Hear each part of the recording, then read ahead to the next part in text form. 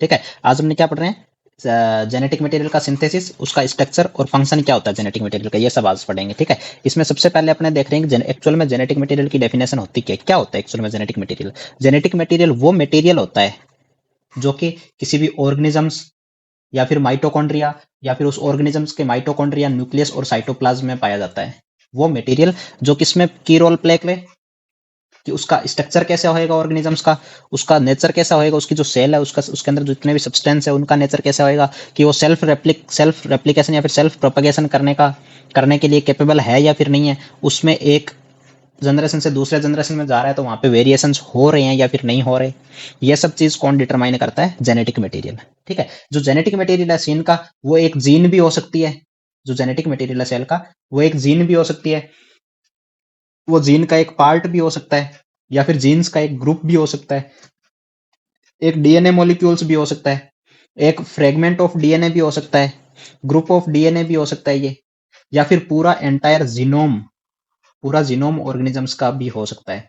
Genetic material क्या क्या हो सकता है, कोई जीन भी हो सकती है, जीन का एक पार्ट भी हो सकता है, ग्रुप ऑफ जीन्स भी हो सकता है, डीएनए मॉलिक्यूल्स भी हो सकता है, डीएनए के कुछ फ्रेगमेंट्स भी हो सकते हैं, ग्रुप ऑफ डीएनए को भी अपने जीन बोल सकते हैं या फिर जेनेटिक मटेरियल बोल सकते हैं, और जो एंटायर जीनोम है, पूरे ऑर्गेनिजम्स का एंटायर जीनोम है, उसको भी अपने जेनेटिक मटेरियल बोल सकते हैं। ठीक है, अपने सबसे पहले बात करते हैं डीएनए की। डीएनए क्या एक हेरिडिटरी मटेरियल है, हेरिडिटरी मटेरियल है जो कि न्यूक्लियस ऑफ यूकैरियोटिक सेल्स में पाया जाता है, चाहे वो प्लांट हो या फिर एनिमल हो, दोनों के। ठीक है, और जो साइटोप्लाज्म होता है प्रोकैरियोट्स के, उसमें पाया जाता है, cytoplasm of the prokaryotic cells, जो डिटरमाइन करता है ऑर्गेनिजम्स के कंपोजिशन को, कि ऑर्गेनिजम्स में क्या क्या कंपोजिशन होगा। जो डीएनए है वो कहाँ फाउंड होता है, न्यूक्लियस में, प्रत्येक सेल के, and it is exactly the same in each cell, ये क्या है कि सेम होता है सभी सेल्स के अंदर। उसके बाद में another type of genetic materials भी फाउंड होते हैं सेल्स के अंदर और वायरस के अंदर, जिनको अपने क्या बोलते हैं, आरएनए। समझ में आया, जेनेटिक मटेरियल क्या होता है। सबसे पहले ये ऐसा मटेरियल होता है जो न्यूक्लियस, माइटोकॉन्ड्रिया और साइटोप्लाज्म में पाया जाता है, और इसका फंक्शन होता है कि जो भी सेल है उसका स्ट्रक्चर कैसा होएगा, उसका नेचर कैसा होएगा, वो सेल्फ प्रोपगेशन के लिए कैपेबल होएगा या नहीं होएगा, उसमें वेरिएशंस आएंगे या नहीं आएंगे, ये सब चीज बताते हैं। ठीक है, उसके बाद जो जेनेटिक मटेरियल है वो कोई जीन भी हो सकता है, जीन का पार्ट भी हो सकता है, ग्रुप ऑफ जीन भी हो सकता है, या फिर डीएनए भी हो सकता है, या फिर डीएनए का फ्रेगमेंट भी हो सकता है, या फिर ग्रुप ऑफ डीएनए भी हो सकता है, या फिर कंप्लीट जीनोम भी हो सकता है। समझ में आया। उसके बाद में जब अपने डीएनए की बात करते हैं, क्योंकि जेनेटिक मटेरियल में अपने जनरली दो ही चीज लेते हैं, एक डीएनए और एक आरएनए। ठीक है, जब अपने डीएनए की बात करते हैं, वो क्या एक हेरिडिटरी मटेरियल है, मतलब एक जनरेशन से दूसरे जनरेशन में जाता है, जो कि यूकैरियोटिक सेल्स के न्यूक्लियस में पाया जाता है, और जो प्रोकैरियोटिक सेल है उसके साइटोप्लाज्म में पाया जाता है। ठीक है, जो डीएनए की बात करते हैं वो कहाँ पाया जाता है, सेल के न्यूक्लियस के अंदर, प्रत्येक सेल के न्यूक्लियस के अंदर, और ये एग्जैक्टली सेम होता है प्रत्येक सेल के अंदर। ठीक है, उसके बाद में दूसरा टाइप ऑफ जेनेटिक मटेरियल भी मिलता है कुछ कुछ सेल्स के अंदर या फिर वायरसेस के अंदर, जिनको अपने क्या बोलते हैं, आरएनए। फिर अपने बात करते हैं जो जेनेटिक मटेरियल होता है इसका सिंथेसिस कैसे होता है। जब अपने जेनेटिक मटेरियल के सिंथेसिस की बात करते हैं तो डीएनए क्या है, जेनेटिक मटेरियल है जो डिफाइन करता है प्रत्येक सेल्स को, कि जो सेल्स है वो कैसी होएगी कैसी नहीं होएगी, उसमें क्या क्या करेक्टर्स होएगा, ये सब कुछ कौन डिटरमाइन करता है, जेनेटिक मटेरियल जो कि डीएनए है। ठीक है, जब कोई सेल डुप्लीकेट करती है या फिर डिवाइड करती है नई डॉटर सेल्स के अंदर, तो उसमें या तो मियोसिस के थ्रू डिवाइड करेगी वो, या फिर माइटोसिस के थ्रू डिवाइड करेगी, या फिर कोई उसमें बायोमोलिक्यूल्स का डिवीजन होएगा, या फिर किसी ऑर्गेनेलिज का डिवीजन होके होएगा। ठीक है, इसीलिए कोई भी सेल जब भी, मान लो कोई भी सेल है, ठीक है, ये अगर अब डिवाइड कर रही है तो इसका मतलब है कि ये या तो माइटोसिस के द्वारा डिवाइड होएगी, या फिर मियोसिस के द्वारा डिवाइड होएगी, या फिर जो इसके अंदर जो बायोमोलिक्यूल्स है या फिर ऑर्गेनेलिज है वो अपने आप को डिवाइड करेगी दो कॉपीज के अंदर, ताकि जो सेल है वो बीच में से डिवाइड हो सके। तो इसीलिए जो भी अंदर सेल ऑर्गेनेलिज या फिर बायोमोलिक्यूल्स होते हैं उनका भी डिवीजन होता है जब भी कोई सेल डिवाइड करती है उस टाइम। ठीक है, उसके बाद में डीएनए की बात करते हैं, वो न्यूक्लियस में पाए जाते हैं, विद इन द न्यूक्लियस। ये must be replicated in order to ensure that each new cell receive the correct number of chromosomes. ये क्या है कि खुद से रेप्लिकेट करते हैं, मस्ट बी रेप्लिकेटेड। अगर नई सेल बन रही है तो ये जो डीएनए है वो क्या है कि रेप्लिकेट करना चाहिए, ताकि उससे क्या है कि नई सेल बन रही है उसमें नंबर ऑफ क्रोमोसोम्स सेम हो। ठीक है, जो डीएनए डुप्लीकेशन का जो प्रोसेस होता है ना उसको अपने बोलते हैं डीएनए रेप्लिकेशन। क्या बोलते हैं, डीएनए रेप्लिकेशन। रेप्लिकेशन की बात करते हैं तो इसके अंदर क्या है, काफी सारे स्टेप्स होते हैं जिसमें क्या क्या इन्वॉल्व होते हैं, मल्टीपल प्रोटीन्स, जैसे कि रेप्लिकेशन एंजाइम्स और आरएनए, जैसे कि रेप्लिकेशन एंजाइम्स और आरएनए। ओके, रेप्लिकेशन के अंदर क्या है, काफी सारे स्टेप्स होते हैं, जिसमें क्या क्या इन्वॉल्व होते हैं, मल्टीपल प्रोटीन्स, जिनको अपने क्या बोल देते हैं, रेप्लिकेशन एंजाइम्स, या फिर रेप्लिकेशन मतलब जो एंजाइम्स, वो ये ऐसे एंजाइम्स होते हैं जो रेप्लिकेशन के टाइम यूज होते हैं, या फिर आरएनए। ठीक है, यूकैरियोटिक सेल्स की बात करते हैं, जैसे कि एनिमल सेल या फिर प्लांट सेल, तो उसमें जो डीएनए रेप्लिकेशन होता है ना, वो एस फेज में होता है। कब होता है, S phase of interphase during the cell cycle. जो डीएनए रेप्लिकेशन का प्रोसेस है वो क्या एक वाइटल प्रोसेस है सेल ग्रोथ के लिए, मतलब अगर सेल की ग्रोथ करवानी है तो डीएनए रेप्लिकेशन करवाना ही पड़ेगा, चाहे वो सेल ग्रोथ के लिए हो, चाहे फिर कोई सेल्स डैमेज हो गई, वहां पे कुछ रिपेयर करवाना हो, या फिर रिप्रोडक्शन करना हो, तो वहां पे डीएनए रेप्लिकेशन एक की रोल प्ले करता है।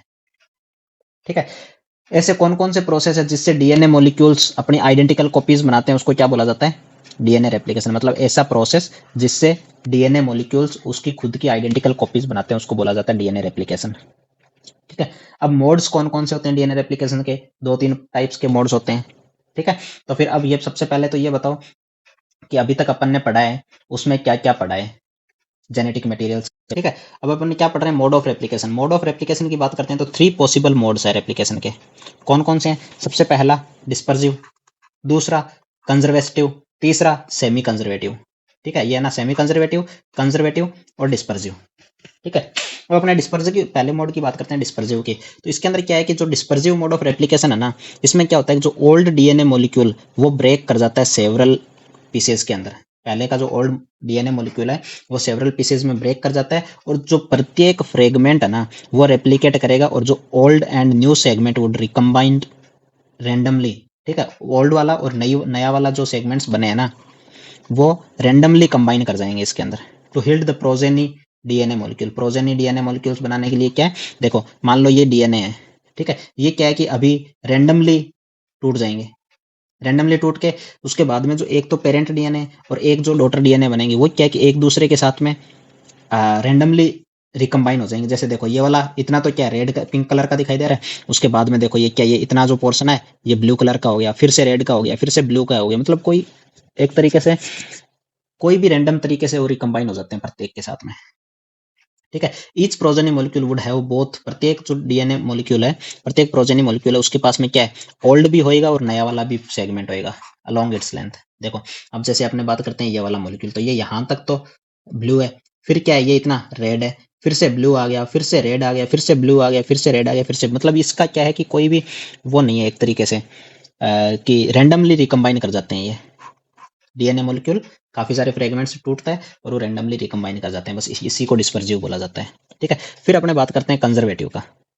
कंजर्वेटिव में क्या होता है कि जो दो न्यूली सिंथेसाइज्ड स्ट्रैंड्स होते हैं ना, जैसे कि ये डीएनए मॉलिक्यूल है, ठीक है, अब इससे क्या, ये दो न्यूली सिंथेसाइज्ड स्ट्रैंड बने हैं ना, following the replication of DNA molecule would associate, वो क्या है कि दोनों एसोसिएट करेंगे to form one double helix. ठीक है, क्या बोला मैं कि जो कंजर्वेटिव स्कीम्स होती है, उस कंजर्वेटिव जो डीएनए रेप्लिकेशन होता है उसमें क्या होता है, जो दो नई न्यूली सिंथेसाइज्ड स्ट्रैंड्स है ना, उस वो उनमें क्या होएगा, रेप्लिकेशन होएगा डीएनए मॉलिक्यूल्स का, और वो एसोसिएट हो जाएंगे to form one double helix, दोनों मिलके एक डबल हेलिक्स बनाएंगे, while the other two old strand would remain together as a one double helix. ठीक है, कुल मिला के अब मान लो ये डीएनए मॉलिक्यूल है, ठीक है, अब इसमें से क्या है कि ये टूटे एक दूसरे के साथ में, ठीक है, टूटने के बाद में नए बने, जो इसमें क्या है कि जो पुराना वाला है ना वो तो एज इट इज रहेगा पुराने की तरह ही, पर जो नया वाला है ना वो पुराने वाले से अलग दिखेगा। या फिर एक तरीके से ये बोल सकते हैं कि जो नए, अब ये दो स्ट्रैंड है, ठीक है, इन दोनों स्ट्रैंड से जो नए दो स्ट्रैंड बने हैं ना, वो क्या है कि जो पुराने वाले दोनों स्ट्रैंड होंगे वो अपने खुद के साथ में ऐड हो जाएंगे, जबकि नया वाला वो अपने आप के और के साथ में ऐड हो जाएगा। मतलब नए वाले, जो पुराना वाला है, अभी इसमें देखो इसमें क्या है, ये नया पुराना वाला है और ये नया वाला है, तो दोनों एक दूसरे के साथ में कंबाइंड हुए हुए हैं। पर इसमें क्या है, ये दोनों ही नए वाले हैं, इसके अंदर ये दोनों है ना, दोनों ब्लू की लाइन है, दोनों ब्लू के डीएनए, वो दोनों के दोनों न्यूली सिंथेसाइज्ड है, और ये जो इधर इस तरफ है ये क्या है, दोनों के दोनों ओल्ड स्ट्रैंड्स है। ठीक है, और जबकि इसकी बात करते हैं, इसमें क्या है, सेमी कंजर्वेटिव है, तो ये न्यूली है प्लस ओल्ड भी है, न्यूली, और क्योंकि ये जो पिंक वाला है वो तो ओल्ड हो गया और जो ब्लू वाला है वो न्यू हो गया डीएनए। ठीक है, इसी को बोल दिया सेमी, इसीलिए इसको तो सेमी कंजर्वेटिव, क्योंकि हाफ क्या है न्यूली है और हाफ क्या है ओल्ड वाला है, पर इसमें क्या है ये पूरा ही ओल्ड है और ये क्या है पूरा ही न्यू है। समझ में आ गई, चलो, और जो डिस्पर्सिव था उसके अंदर क्या है, कोई ऐसा कोई पैटर्न नहीं है, वो तो कहीं भी रैंडमली ऐड हो गए। एक जो डीएनए स्ट्रैंड है उसी में अलग अलग कलर्स आ गए, देखो। ओके, अभी जैसे ये देखो, सबसे पहले अपने बात करते हैं डिस्पर्सिव। डिस्पर्सिव के अंदर क्या है, इसमें देखो ये इतना पिंक है, तो उसके आगे वाला ब्लू आ गया, फिर से पिंक आ गया, फिर से ब्लू आ गया, फिर से पिंक आ गया, फिर से ब्लू आ गया। जब इनकी प्रोजेनी बनी है, जब इसकी वापस से प्रोजेनी बनी है, उसमें भी देखो सिमिलर ही है, ये इतना पिंक आ गया, फिर से ब्लू आ गया, फिर से पिंक आ गया, फिर से ब्लू आ गया। ठीक है, मतलब रैंडमली डिस्ट्रीब्यूटेड है। ठीक है, पर जबकि अपने कंजर्वेटिव की बात करते हैं तो इसमें कंजर्व्ड रहता है। अब ये ओल्ड स्ट्रैंड है ना, तो फिर ये पूरा कंजर्व्ड रहेगा। इसके अंदर क्या है, ये मान लो ये स्ट्रैंड है, ठीक है, ये क्या है कि मान लो कि ये दोनों अलग अलग स्ट्रैंड बन गए, एक बार के लिए दोनों सेपरेट हो गए। दोनों सेपरेट होने के बाद में यहाँ पे क्या है, इसके साथ में इसका इस स्ट्रैंड का रेप्लिकेशन होएगा, तो यहाँ पे एक और बनेगा। ठीक है, उसके बाद में इसका भी रेप्लिकेशन होएगा, तो यहाँ एक और बनेगा स्ट्रैंड। पर फिर क्या होएगा, ये जो दोनों पुराने वाले स्ट्रैंड है ना, वो तो एक साथ में मिलके फिर से ऐसे ही हो जाएंगे, और जो ये नए वाले स्ट्रैंड है वो खुद के अपने अकेले एक साथ में मिल जाएंगे, और ये ऐसे हो जाएंगे। ठीक है, जबकि अपने बात करते हैं सेमी कंजर्वेटिव की। सेमी कंजर्वेटिव के अंदर क्या होता है कि जैसे ये पेरेंटल स्ट्रैंड है, ठीक है, ये मान लेते हैं ये पेरेंटल स्ट्रैंड अलग अलग हुए, उसके बाद जो न्यूली फॉर्म्ड स्ट्रैंड है ना, वो क्या है कि एक पेरेंटल स्ट्रैंड के साथ में एक न्यूली स्ट्रैंड रहता है, इसमें भी एक पेरेंटल के साथ में एक न्यूली स्ट्रैंड रहता है। तो मतलब क्या हुआ, ये क्या एक सेमी कंजर्वेटिव है। फिर जब इसके नए फिर से बनेंगे, तो उसके अंदर भी देखो ये क्या है, एक न्यूली के साथ में एक ओल्ड है। ठीक है, ये क्या है, एक ओल्ड के साथ में एक न्यूली है। ठीक है, और ये जो स्ट्रैंड है इसमें तो क्या है, दोनों के दोनों न्यूली है। पर जो दो स्ट्रैंड है वो कौन से हैं, जिनमें दो दोनों स्ट्रैंड है, ओल्ड भी है और न्यू भी है। समझ में आ गया। सेमी कंजर्वेटिव की बात करते हैं तो इस मेथड ऑफ डीएनए, इस मॉडल ऑफ डीएनए रेप्लिकेशन में क्या होता है, प्रत्येक newly synthesized strand of DNA would remain associated with the old strand. अपन ने देखा था, each newly synthesized strand of DNA remains associated with the old strand against which it was synthesized. Thus, each progeny DNA molecule would consist of one DNA and one newly synthesized strand. ठीक है, semi conservative का मतलब क्या है, उसमें एक हमेशा नया स्ट्रैंड रहेगा और एक पुराना स्ट्रैंड रहेगा, उसी को सेमी कंजर्वेटिव बोला जाता है। ठीक है, उसके बाद में आता है semi conservative method of DNA replication कैसे होता है। तो ये कैसे होता है, सबसे पहले इसमें क्या है कि मान लो ये डीएनए है, मान लो कि ये डीएनए है, ये कोई डीएनए है।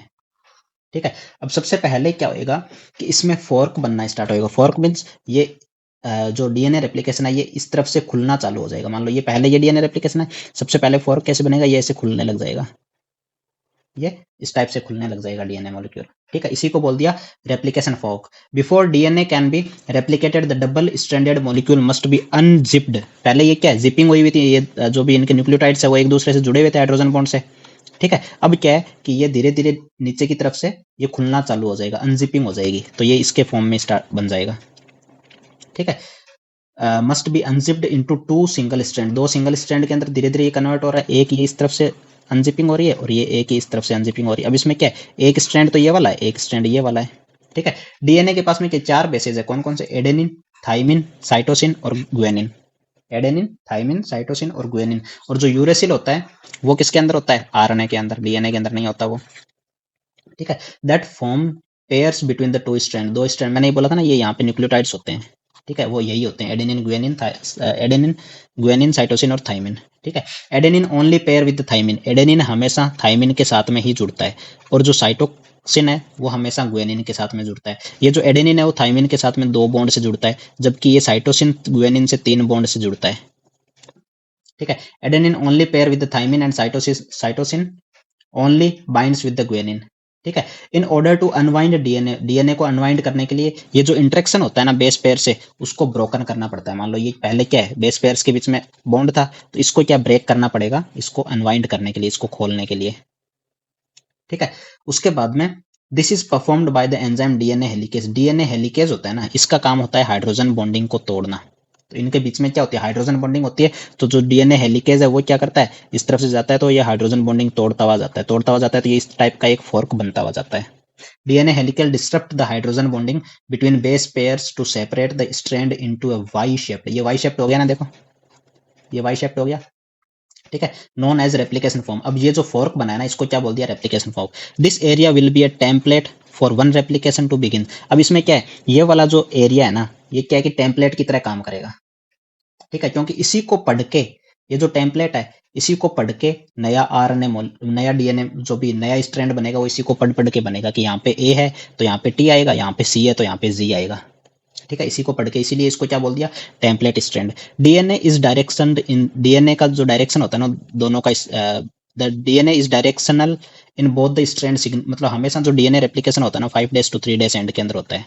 मान लो कि ये 5 डेज है, ये 3 डेज एंड है, ठीक है, ये 5 डेज होएगा तो ये 3 डेज होएगा, तो हमेशा रेप्लिकेशन या तो इधर से होएगा या फिर ये इधर से होएगा या फिर दोनों तरफ से इसी टाइप से होएगा, मतलब इस एक के इस तरफ हो रहा है तो दूसरी तरफ से इस तरफ से होएगा, इसीलिए रेप्लिकेशन हमेशा 5 डेज to 3 डेज होता है, ठीक है। This is notation significance which side group is attached the DNA backbone, इसलिए साइड ग्रुप है वो क्या है कि बैकबोन से अटैच्ड रहता है इसमें डीएनए फोक के अंदर। यहाँ तक समझ में आया? तो फिर अपने क्या देख रहे थे, अपन ने क्या देखा था, सबसे पहले रेप्लिकेशन फोक का फॉर्मेशन होता है। स्टेप पहला क्या होता है, semi conservative method of DNA replication का, सबसे पहले फोर्क बनता है, ठीक है, जैसे कि ये डीएनए है तो ये इस टाइप से फोर्क बन जाएगा, ठीक है। फोक बनता है तो उसके लिए क्या है कि जो भी इनके बीच में हाइड्रोजन बॉन्डिंग्स बनी हुई होती है उनको तोड़ना होता है, और उनको कौन सा डीएनए तोड़ता है, कौन सा एंजाइम तोड़ता है, डीएनए हेलिकेज, ठीक है। उसके बाद में ये जो डीएनए रेप्लिकेशन होता है वो हमेशा 5 डेज to 3 डेज की तरफ होता है, ठीक है, इसीलिए क्योंकि इस तरफ तो ये इस तरफ होएगा डीएनए रेप्लिकेशन पर, इसके अंदर 5 डेज to 3 डेज इस तरफ है तो इस तरफ होएगा, पर ये ध्यान रखना ये फ्रेगमेंट्स के अंदर होता है जब ये इस तरफ होता है उस टाइम, ठीक है, इसीलिए इनको क्या बोल देते हैं, ओकाजाकी फ्रेगमेंट्स, ओकाजाकी फ्रेगमेंट्स, ठीक है। उसके बाद में इसीलिए इसको क्या बोलते हैं, जो डीएनए रेप्लिकेशन होता है इसके अंदर वो क्या है कि बाई डायरेक्शनल होता है, और कौन कौन से बेसिक कौन कौन से नाइट्रोजनस बेसेस प्रेजेंट होते हैं, एडेनिन, थाइमिन, साइटोसिन और ग्वेनिन, और साइटोसिन ही ग्वेनिन के साथ में ऐड होता है, और जो एडेनिन है वो थाइमिन के साथ में ऐड होता है, डबल बॉन्ड से होता है एडेनिन थाइमिन, जबकि साइटोसिन ग्वेनिन से 3 बॉन्ड से, ट्रिपल बॉन्ड से बाउंड होता है, ठीक है। और जो रेप्लिकेशन जो फोक बनता है वो हाइड्रोजन बॉन्डिंग के टूटने से बनता है हमेशा, ठीक है, between the base pairs. 5 days to 3 days की तरफ रेप्लिकेशन होता है, और इसका जो 5 डेज होता है वो क्या है, OH से जुड़ा हुआ होता है, और जबकि 3 डेज की बात करते हैं तो वो कहाँ किसके साथ में जुड़ा होता है, 5 डेज है वो फॉस्फोरस से जुड़ा होता है, 5 डेज की तरफ फॉस्फेट ग्रुप होता है और 3 डेज की तरफ OH ग्रुप होता है। यहाँ तक समझ में आ गया, ठीक है। हाँ, अब ये जो बाई डायरेक्शन होता है, one strand is oriented in the 3 days to 5 days direction, जिसको इस ये जो है ना, जिसको जो 5 मतलब यहाँ पे क्या, यहाँ पर गया 5 डेज है तो इसके साथ में जो डीएनए बनेगा उसका स्ट्रैंड क्या होगा, 3 डेज to 5 डेज ये वाला, ठीक है, ये 3 डेज to 5 डेज होएगा, इसीलिए इसको क्या बोलते हैं, leading strand, leading strand.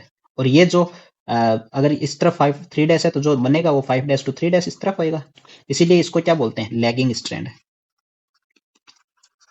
Lagging strand बोलते हैं इसको, ठीक है। उसके बाद में ये हो गया लीडिंग और लैगिंग स्ट्रैंड, ठीक है। उसके बाद में ये देखो 5 डेज to 3 डेज वाला क्या है, while the other is oriented 5 days to 3 days, इसको हमने लैगिंग स्ट्रैंड बोलते हैं, ठीक है। ये देखो ये क्या है, 5 डेज to 3 डेज की तरफ जा रहा है, 5 डेज to 3 डेज, ये कौन सा हो गया, लैगिंग स्ट्रैंड हो गया, जबकि दूसरा वाला क्या था, लीडिंग स्ट्रैंड हो गया, ठीक है। The two sides are therefore replicated with the two different process to accommodate the directional difference, ठीक है। उसके बाद में जैसे रेप्लिकेशन फॉर्म बन गया, रेप्लिकेशन फोर्क बनने के बाद में रेप्लिकेशन स्टार्ट हो जाता है, ठीक है। रेप्लिकेशन जब स्टार्ट होता है तो उसमें सबसे पहले जो बनता है उसको अपने बोलते हैं प्राइमर, ठीक है। प्राइमर किसको बोलते हैं, एक छोटा सा सेगमेंट होता है बस डीएनए का, मान लो ये यहाँ है ये यहाँ है, ठीक है। तो जब ये फोर्क बन गए, फोर्क बनने के बाद में क्या है, ये 5 डेज to 3 डेज, ये 5 डेज to 3 डेज, ठीक है।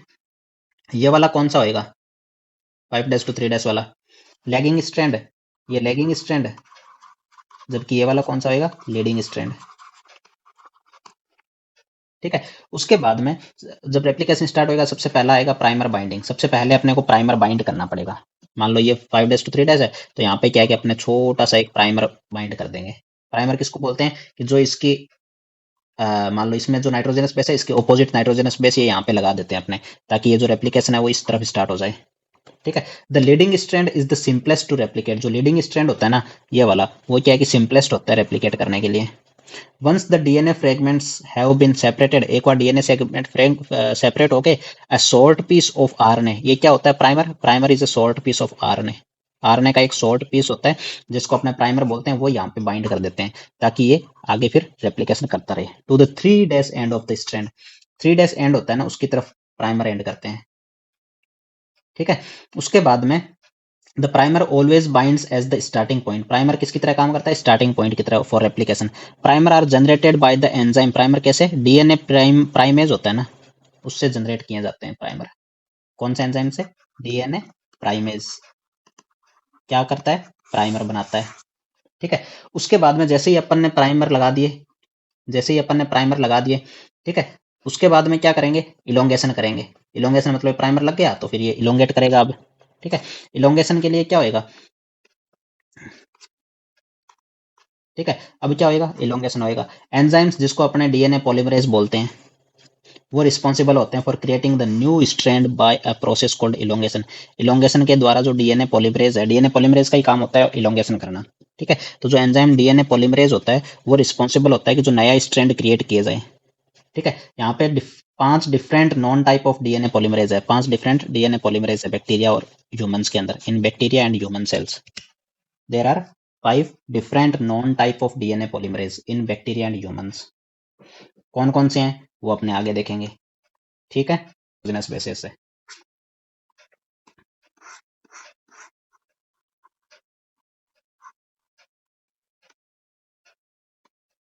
ठीक है, उसके बाद में डीएनए लाइगेज का काम होता है जो ओकाजाकी जो फ्रेगमेंट्स थे उनको जोड़ना, together forming a single unified strand.